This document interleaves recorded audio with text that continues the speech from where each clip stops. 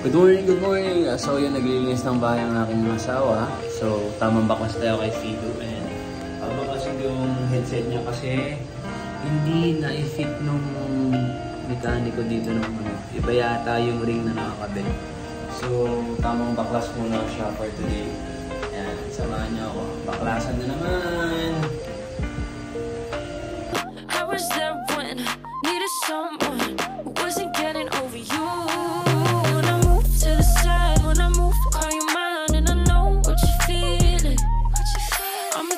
For a ride, let me take it off your mind, cause you know it's a season. And I move, and I move, and I move when I ride. And I move, and I move, and I move when I move, and I move, and I move when I ride. And I move. Holy moly, moly, moly.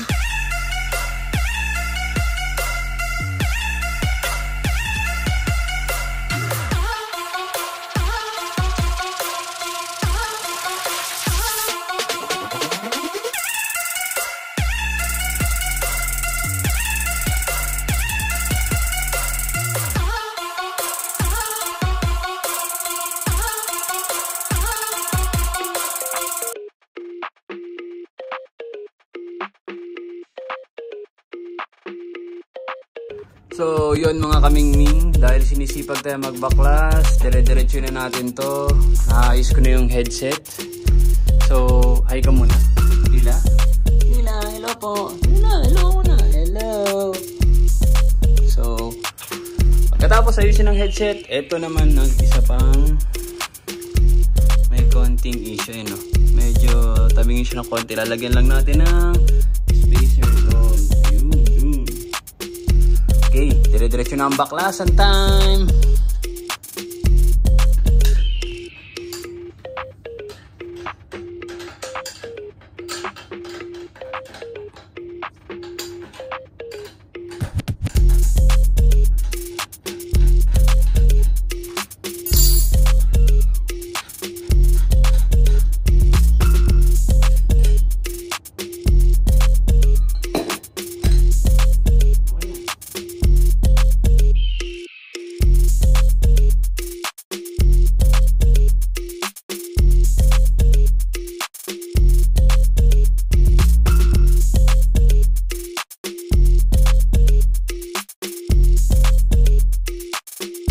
So, yun mga kamingming, humingi na ako ng tulong kay parang Ismael. Humiram na ako sa kanya ng grinder niya ito.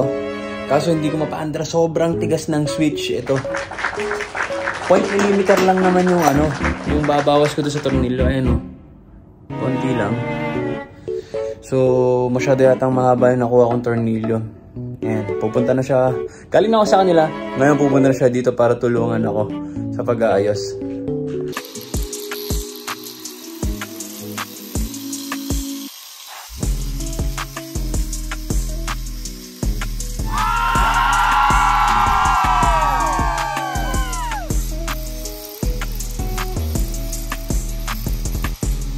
So yun, salamat kay parang Ismael sa grinder niya ito.